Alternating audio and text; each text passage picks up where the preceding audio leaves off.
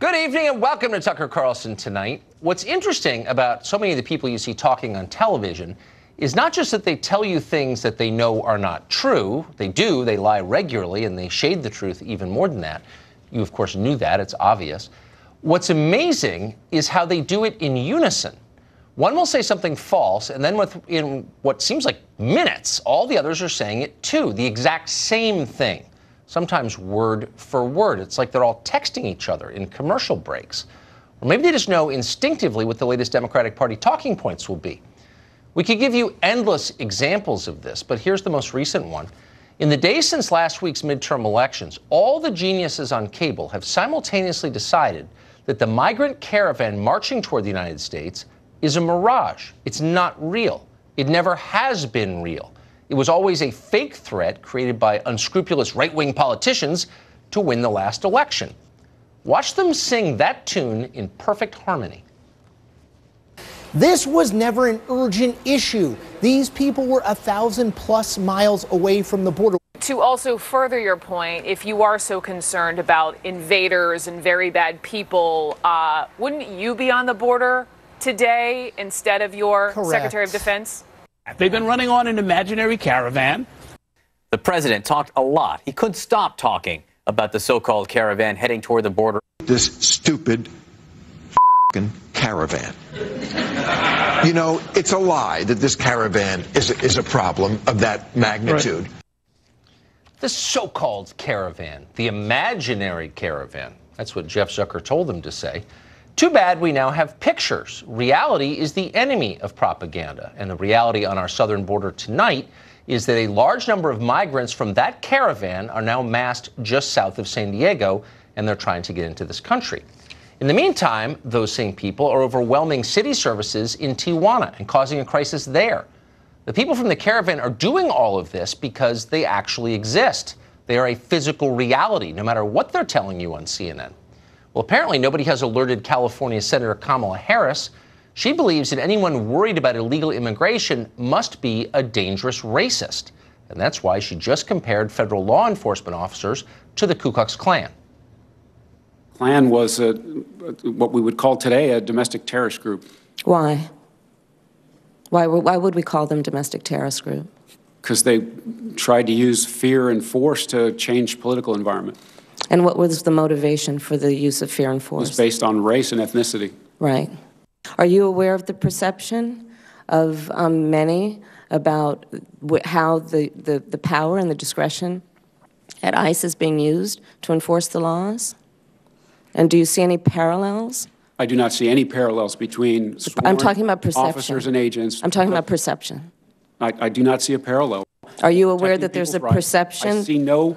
Are you aware that there's a perception that puts ICE in the same category as the KKK?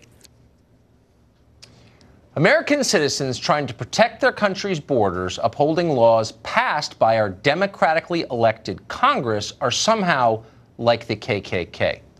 It seems like an especially stupid and vicious thing to say. It's cruel, really. How would you feel if you were an ICE officer or your brother was? Can you imagine throwing out that kind of slander at your fellow Americans just for doing their jobs? You'd have to be an awfully self-righteous person to talk like that. Harris is. So are a lot of them. Listen to Senator Sherrod Brown of Ohio, a man who advocates for unrestricted late-term abortion, explain that he's on Jesus' team, and you aren't. Jesus said, when I was hungry, you fed me. When I was thirsty, you gave me drink.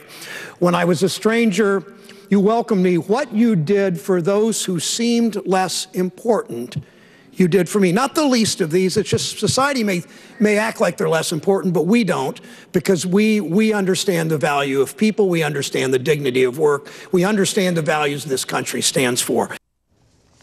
We understand the value of little people, Senator Brown says. Really, do you? How about the millions of American workers whose wages haven't risen in decades, thanks in part to mass immigration?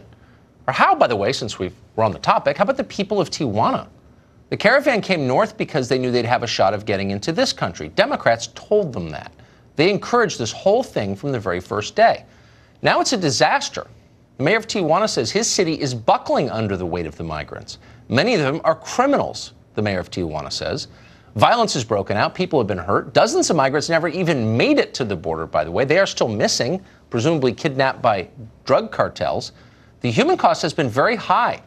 Democrats are not talking about that cost somehow. It's not interesting to them. It won't win them elections. We'd like to talk about it, though. That's why we invited Chris Hahn on. He's an attorney, radio host, and former aide to Senator Chuck Schumer. He joins us tonight. So, Chris, before we even get to all that, Sherrod Brown from Ohio, who's been endorsed by NARAL, by the way, is lecturing us on Jesus. Do you think Sherrod Brown's a little bit closer to Jesus than, say, I am? Well, Matthew 25 applies here, don't you think? I mean, that's what he was quoting. We have people who are fleeing for their lives, who are in desperate need, who want to come to this country and seek asylum legally, by the way, by presenting themselves at the border. And we are sending troops. And by the way, we're sending troops to Texas when they're coming in San Diego. Before you roll right into your talking point, hold on. Before you get to the script, let me just, if you could just address my question, though. I mean, is that the new standard? You think it's a fair standard? This is not something that I have introduced into this. This is Senator Sherrod Brown of Ohio is lecturing us about how he's on Jesus' team and we're not. Is that a fair form of political discourse? Is this a theocracy to assess what Jesus would do first? No, I think we're pointing out the hypocrisy on the right that likes to claim that they are Christians, yet they ignore the teachings of Christ, which Matthew 25 clearly directs us to help those in need. They're hypocrites. So people who don't believe in God get to tell Christians what it is to be a Christian. So let me just ask you, which politicians would you say right now on the right are invoking Jesus when they talk about building a wall? Like, what exactly are you talking about? How about Mike Pence? How about Mike Pence every single day, everything he does? Every time Mike Pence talks, he invokes Christ. Every single time. I'm not going to name one every time. Just one example. Clip of any speech he's ever given. Tell me how about the convention? The first thing he said at the convention was, I'm a Christian, a father, and a conservative in that order. So he's a Christian. That's what Mike Pence says. So if he's really a Christian, he should be practicing what Jesus taught in Matthew 25. And you think that Jesus would have open borders? Is that what you're saying? I mean, is it? I guess my point is it a little much? No, I'm aware of the verse. Hold on, I'm aware of the verse. Yeah. So, but you're comfortable with this, is what you're saying. I don't know. Let me tell you. I mean, you're aware of it, but I don't know that you believe it. That's what it says, Tucker. Do you see yourself? Mike Pence pretends to acknowledge, but he doesn't. I'm trying not to end this interview right now because I'm getting offended. I wonder if you understand the extent to which you're playing with fire, introducing religious faith, appropriating someone else's religious faith, by the way, into a conversation about public policy. Do you think that's a wise thing to do? Do you think if Mike Pence got up and said, I'm for building a wall and I'm quoting this scripture to justify it, I know for a fact that I would say, whoa, settle down. There's a public policy question. It's a multi-ethnic, multi-religious country. Don't start doing that. It's not a theocracy. But you're saying that now that that's okay.